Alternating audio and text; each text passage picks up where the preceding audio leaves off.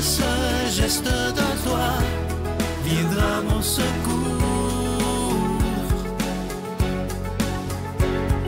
Viens semer dans mon âme le grain de l'amour. Je traverse un désert et je meurs de soif. Montre-moi le mystère qui garde la foi. Bonjour, bienvenue à votre émission La Victoire de l'amour en ce vendredi 2 août 2024. J'espère que vous vous portez bien. On rejoint tout de suite pour sa chronique Claire Jacques et ce sera Victor qui va nous commenter l'Évangile d'aujourd'hui.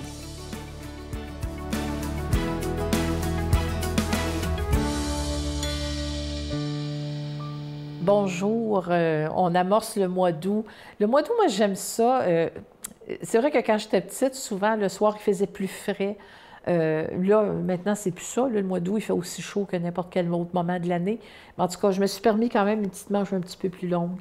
Puis j'ai ce chandail-là exprès pour aller avec mon sujet un peu. C'est écrit « I'll be there for you », « Je serai là pour toi ». C'est tiré d'une série américaine qui s'appelait « Friends ». Pourquoi j'ai mis ça? C'est qu'aujourd'hui, on va parler des différents visages de la peur. Et comme croyante, moi, quand j'ai peur, qu'est-ce que je fais? Je m'adresse à Dieu.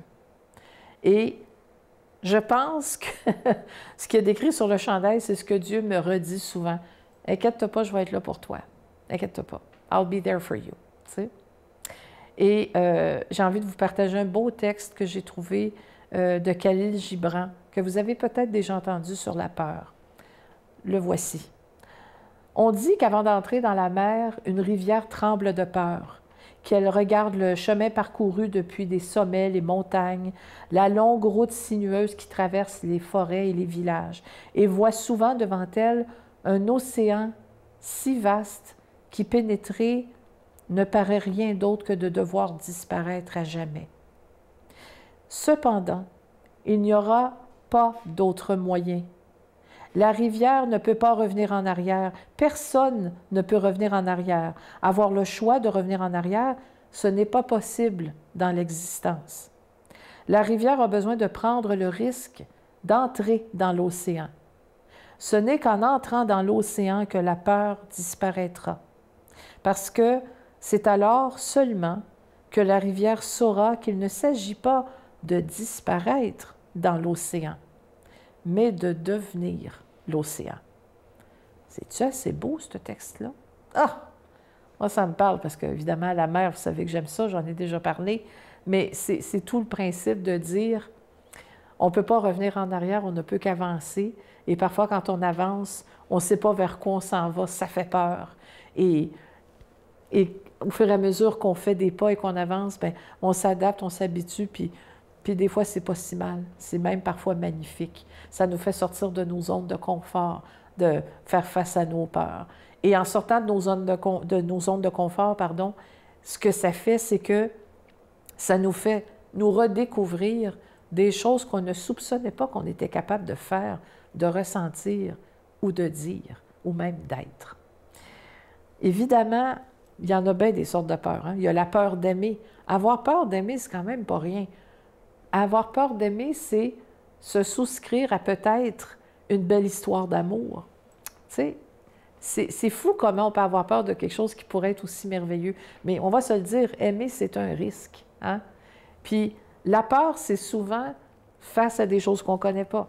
Il y a quelques années, on a commencé à parler des dragues de façon beaucoup plus facilement. On a démystifié tout ça, puis maintenant, les dragues, on en voit partout, on les aime, on les invite, on leur donne des postes assez enviables aussi en animation. C'est formidable. Mais il a fallu, au départ, démystifier ça un peu, parce qu'il y avait bien du monde qui avait peur. Hein? On s'en rappelle.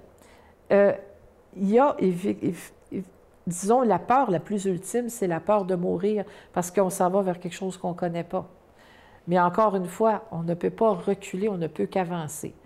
Alors si on ne peut pas reculer puis qu'on peut juste avancer, est-ce qu'on peut avancer en se disant qu'il va toujours être là avec nous?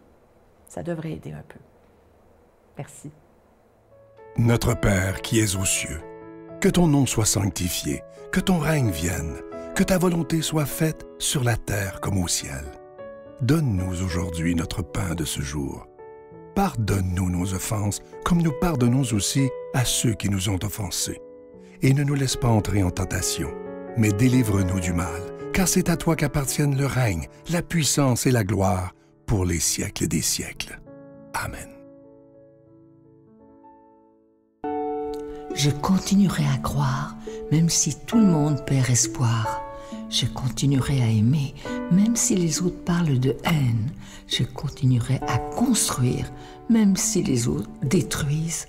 Je continuerai à parler de paix, même au milieu d'une guerre. Je dessinerai des sourires sur des visages en larmes et je tendrai les bras à ceux qui se sentent épuisés. Oui, je continuerai à croire.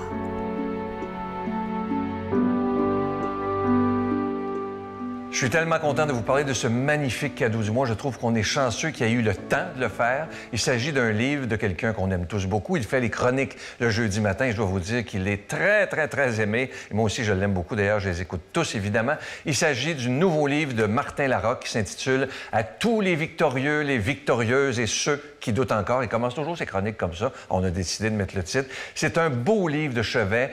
Il y a un peu un résumé des chroniques qu'il a fait. Il a ajouté des choses. Et c'est un livre à laisser traîner parce que c'est facile à comprendre, c'est écrit en gros caractères et avant de se coucher, évidemment, c'est très bien, mais n'importe où, ce qui est bien de ce livre-là, comme il me l'expliquait, c'est que tu peux l'ouvrir n'importe où et tu vas trouver quelque chose pour toi. Alors, je vous rappelle le titre, « À tous les victorieux, les victorieuses et à tous ceux qui doutent encore ». Je vous rappelle que c'est avec un don de 25 $, et si vous en voulez deux, avec un don de 40 $, je vous donne l'adresse, la Victoire de l'Amour, case postale 120, succursale Boucherville à Boucherville, le J4B 5E6. Je vous la redonne, la Victoire de l'Amour, case postale 120, succursale Boucherville à Boucherville, le J4B 5E6. Également par téléphone, par carte de crédit du lundi au jeudi de 8h à 17h dans le 514-523-4433, 523-4433 ou sans frais le 1-888-811-9291, 1-888-811-9291 et aussi sur notre site Internet, je vous rappelle, qui est un moyen très sécuritaire, rapide et efficace de faire votre don, le www.lavictoiredelamour.org. Je vous rappelle le livre, vous le voyez à l'écran présentement. Merci de votre grande générosité. Vous savez quoi? Je l'ai lu et c'est très bon.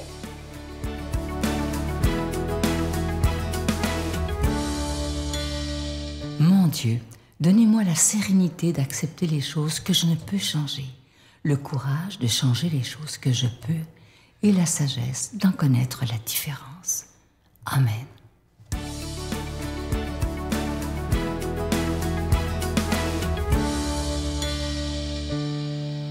J'aime bien le passage d'Évangile aujourd'hui parce que ça nous aide à savoir que Jésus est bien Dieu, rationnellement, de manière logique, cohérente.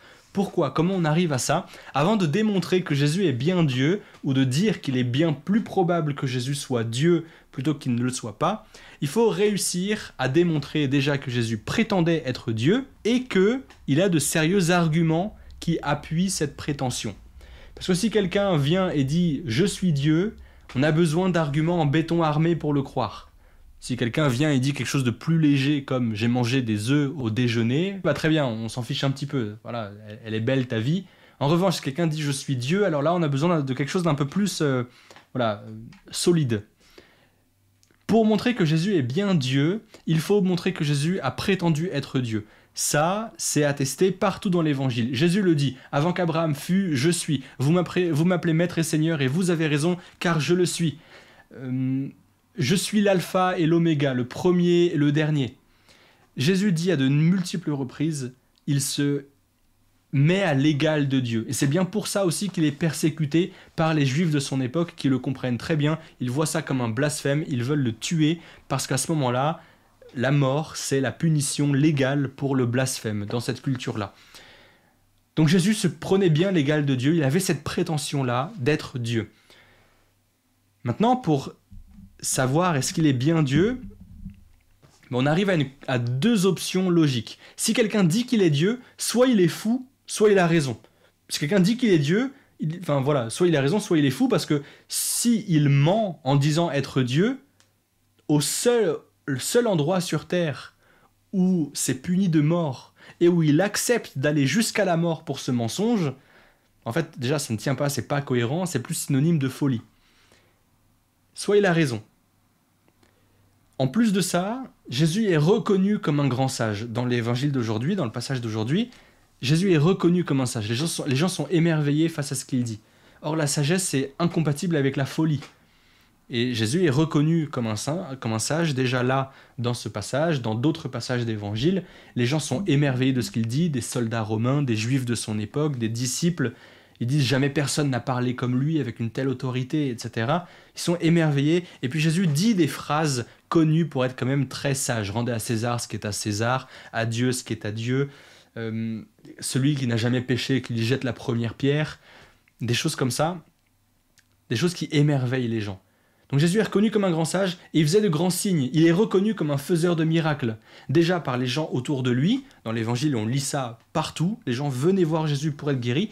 Mais en plus, hors des écrits religieux, il y a un historien, par exemple, du 1er siècle qui s'appelle Flavius Joseph, qui n'est pas chrétien et qui parle de Jésus comme un faiseur de miracles. Très clairement, Jésus était connu pour ça, même des gens non chrétiens, des gens qui ne croyaient pas en lui. Jésus est reconnu comme un sage, donc il n'est pas fou. Jésus est reconnu comme un faiseur de miracles, donc il a de bons arguments quant à sa prétention d'être Dieu. Et en plus de ça, des gens sont morts, torturés, parce qu'ils ont dit que Jésus est ressuscité et ils n'ont pas voulu nier ça, même sous la torture. C'est des bons arguments pour dire que Jésus est quand même... il est en tout cas bien plus probable de croire que Jésus est Dieu plutôt qu'il n'était pas. J'aime bien cette forme de cohérence, cette forme de logique dans l'évangile. En plus de ça, dans le passage de l'évangile d'aujourd'hui, on nous parle des frères et des sœurs de Jésus. Alors, une petite parenthèse très rapide à ce sujet. Frères de Jésus, là, dans l'évangile, le terme utilisé en grec, la langue originale, c'est le mot adelphos. Adelphos, ça veut dire aussi bien frère et sœur biologique que cousin, ami proche. Parce que le mot adelphos est à de multiples reprises dans la Bible utilisé aussi pour des gens qui ne sont pas frères et sœurs de sang. Et c'est ce qui se passe là, en fait, quand on cherche dans la recherche historique. Jésus était accompagné de plusieurs femmes et plusieurs hommes. Parmi ces femmes, il y avait Marie, sa mère, Marie, Madeleine, Marie, femme de Cléophas. Cette Marie, femme de Cléophas, c'est elle, la mère, et Cléophas, le père de ces Jacques, etc., ces frères soi-disant de Jésus dans l'évangile. C'est ce qu'on remarque en croisant tous les textes ensemble. Donc Jésus, en fait, c'était des cousins. Comme dans certaines cultures, encore aujourd'hui, on appelle frères et sœurs des amis proches ou des cousins plus ou moins éloignés. Voilà une parenthèse très rapide. Tout ça pour dire que on peut être émerveillé par la cohérence de l'évangile. Je trouve ça beau. Donc soyons émerveillés, soyons chrétiens, au nom du Père et du Fils et du Saint-Esprit. Amen. Je vous salue Marie, pleine de grâce. Le Seigneur est avec vous. Vous êtes bénie entre toutes les femmes, et Jésus, le fruit de vos entrailles, est béni. Sainte Marie, Mère de Dieu, priez pour nous pécheurs, maintenant et à l'heure de notre mort. Amen.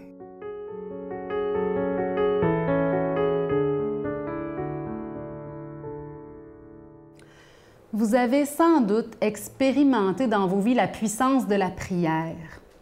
C'est important de se le rappeler, ça peut faire des miracles. Prions les uns pour les autres, prions pour la mission de la victoire de l'amour. Moi, je prie pour chacun de vous, prions pour Sylvain, prions pour toute l'équipe, ceux qui sont au bureau aussi. Prions pour notre monde qui en a tant besoin. Osons nommer, prenons le temps de nommer dans notre prière toutes les situations, toutes les personnes. Prions les uns pour les autres, ça vaut la peine, ça fait une différence. Bonne journée. Martin Larocque, victime d'intimidation. Ça a été très difficile, l'école secondaire puis le cégep, parce que j'étais rejet. Tu sais, t'es gros, t'es différent, ou bon, j'étais artiste en plus. Puis... Bravo, monsieur le monde, ça va, monsieur le monde, même quand les gens diront